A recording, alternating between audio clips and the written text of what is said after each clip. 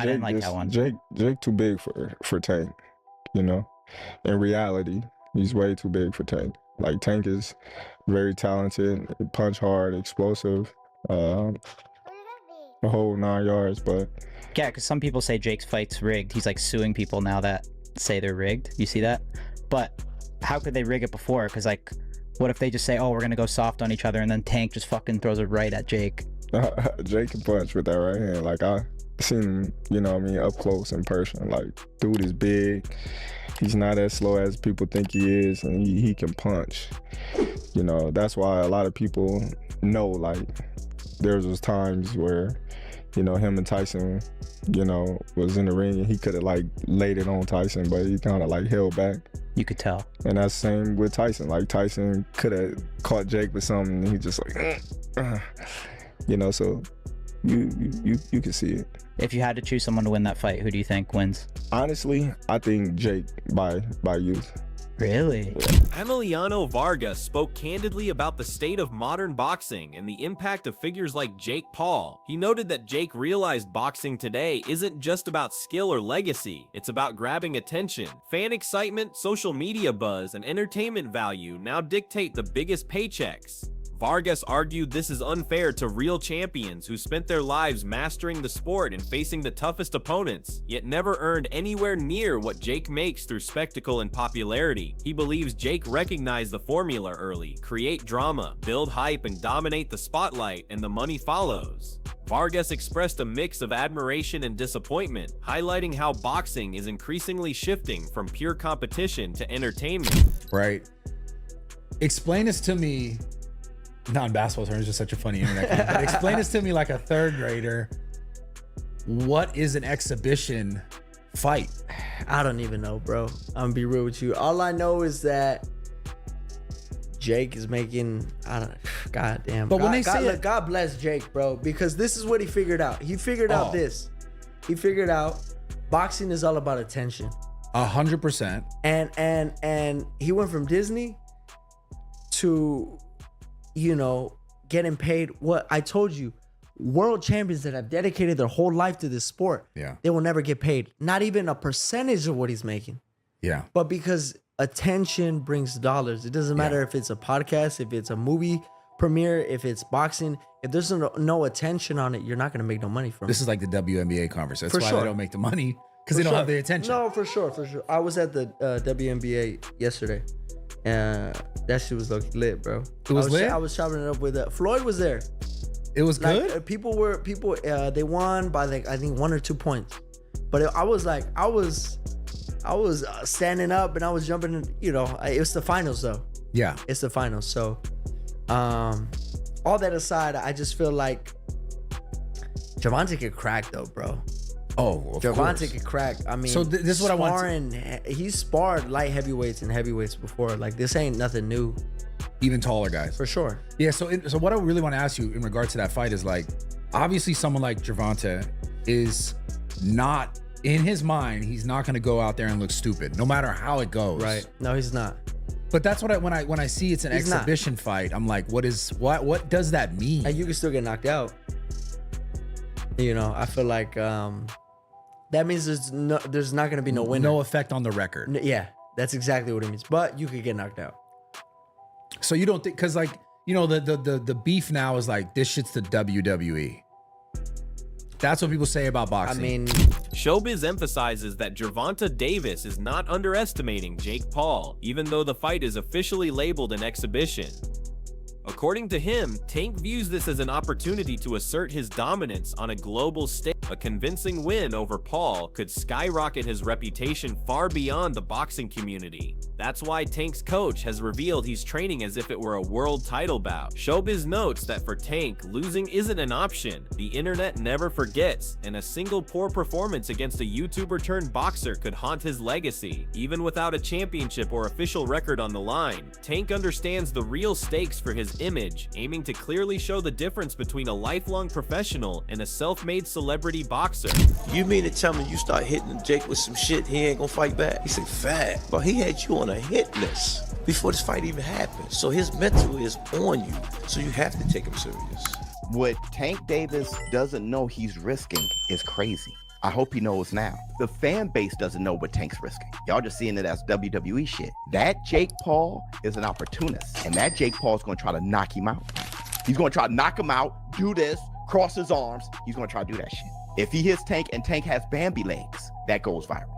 Jake Paul gave Tank Bambi legs. He'll get trolled so much, Tank may retire. Tank got to knock that guy out, and y'all don't realize it.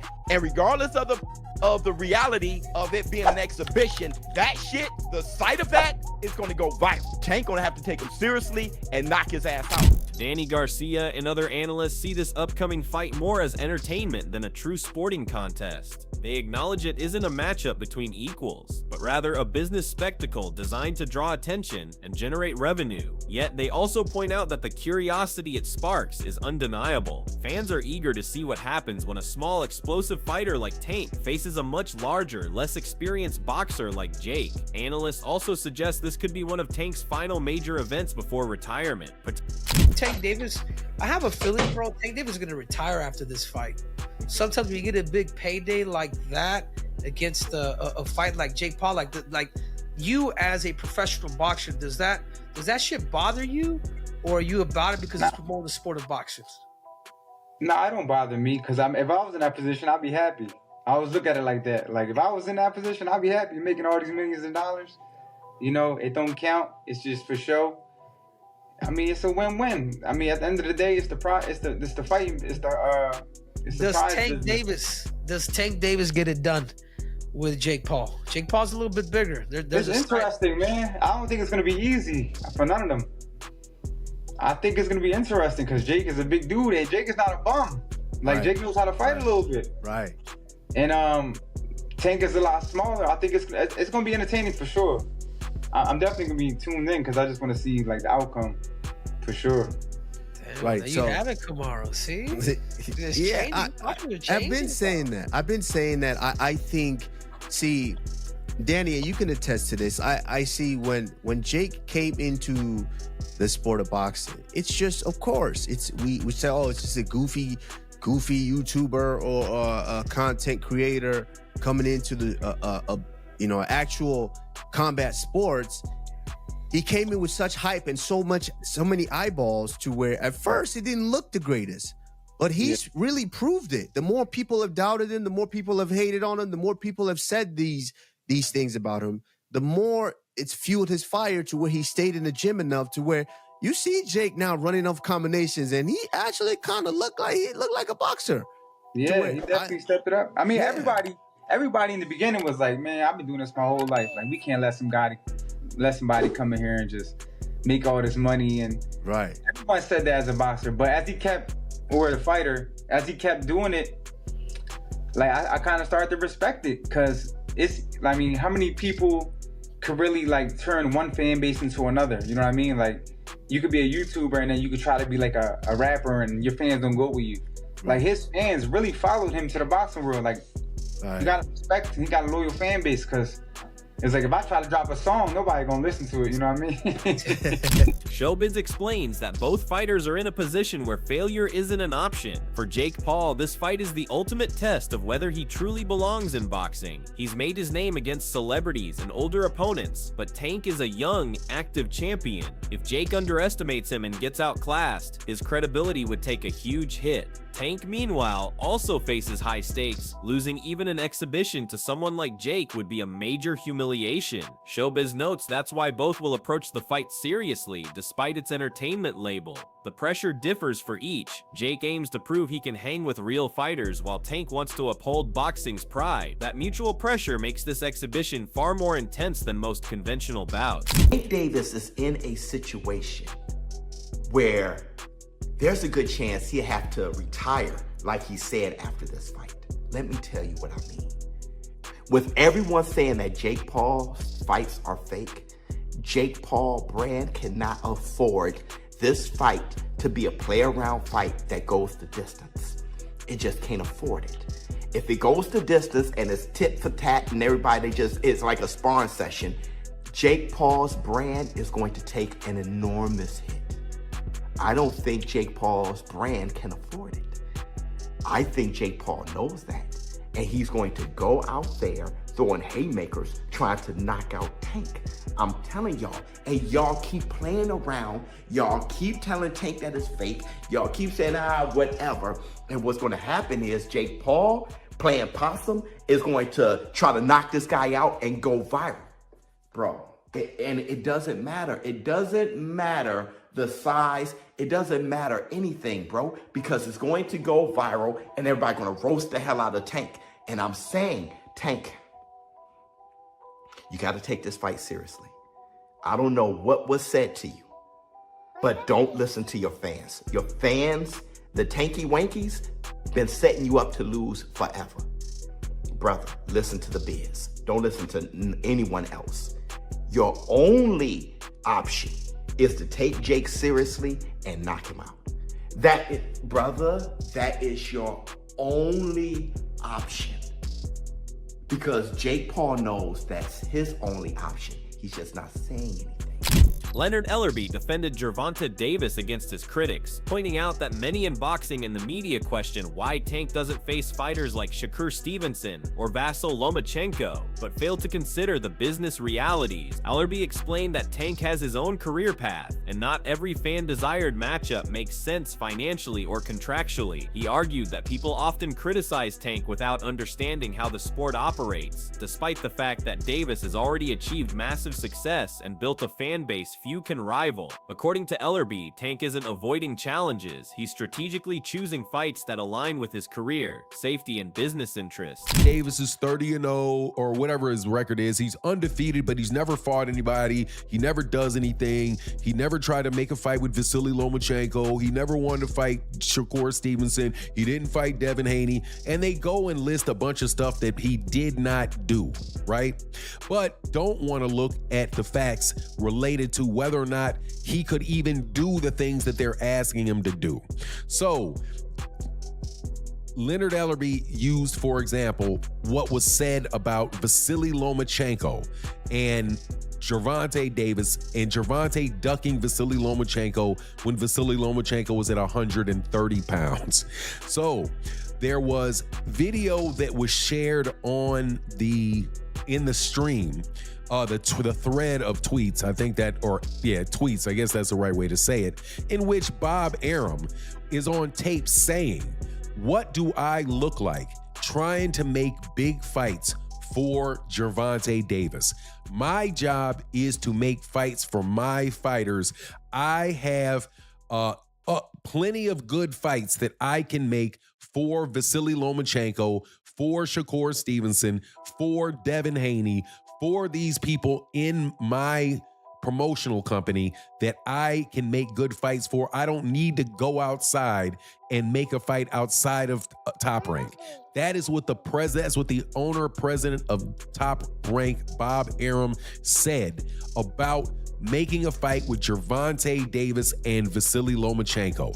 Vasily Lomachenko was also on tape the same time saying, "Why would I fight Gervonta Davis? There's nothing in that for me." And do you know why that was the case? Because Gervonta Davis at the time was not a big name yet. He had not broken out. Analysts emphasize that Gervonta Davis isn't driven solely by paydays. He's motivated by legacy and respect. They note that Tank is under constant scrutiny every time he steps into the ring. Every punch he throws makes headlines, and every comment sparks debate. Because of this, he can't afford to fight carelessly for money alone. He's built a reputation as a disciplined, dangerous fighter who dominates with precision. Analysts argue that even in exhibitions like the one against Jake Paul, Tank's pride and credibility are at stake. He refuses to take the easy route, and his commitment to professionalism sets him apart from celebrity boxers who fight mainly for views and profit. Tank fights for validation as a true champion. If you're sitting on that toilet and that stool ain't brown or green, if it's red, go to the doctor. Yeah, for sure. But again, Tank Davis and Jake Paul, they fight in November. I personally have Tank. You know what I'm saying? I just don't, because Tank is a little different. He ain't like them other niggas who took a fall. Tank ain't finna take no fall, bro. That's what I think too. I think like bro got a reputation to maintain. He ain't about to just, you know what I'm saying, sign a deal just for some money. Just for some bread. I ain't like, it's about the money though, for sure. For sure. But I'm not about to. But what they get, like 20, he got like 20 million? But yeah, 20. I ain't gonna lie. Tank probably get 20, 30, 40. I don't know. Tank need to get more than that because it's bringing Jake Paul more money than, you know what I'm saying? Anything, but you know, Jake Paul putting up the purse, he putting up everything. Oh, okay. He paying for promotions, he paying for everything. So he getting all whatever he get. You know what I'm saying? So hey, I think it's a 60-40 cut or something like that. I ain't mad at that. So it's like you getting 40% and you all got to do is show up and fight. No, facts. That's all you got to do is show up. Facts. And then 9 times out of 10, you know what I'm saying, it's gonna be what a draw. No. Tank gonna knock his. Well, you think so? Let me not speak too fast, but I know Tank. I pray, and I think I know that Tank is gonna beat him up.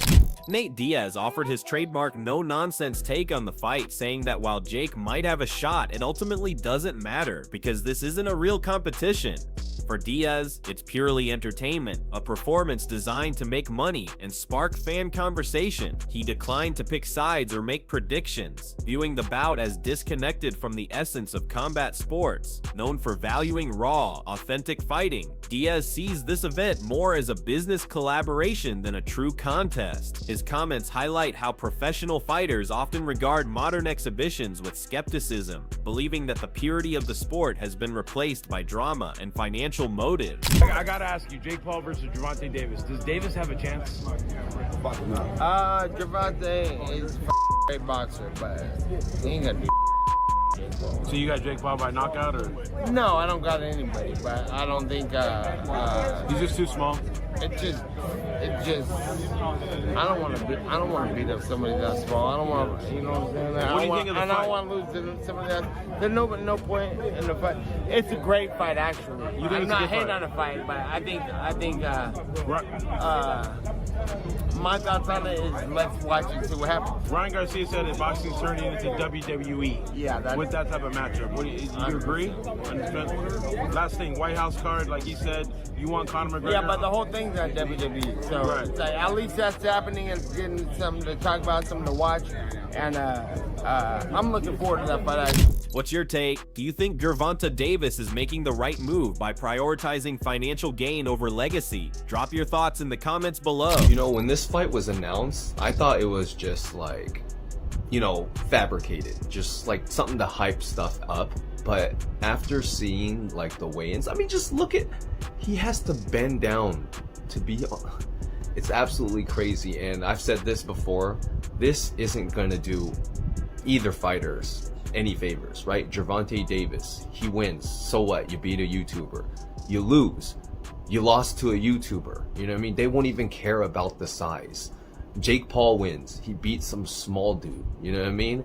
Jake Paul loses, well, I don't even know. Like, it's all bad. You know, no one is winning in this fight regardless. And I just think that it's absolutely absurd. But hey, that's what boxing is nowadays. It's more so about the show, right?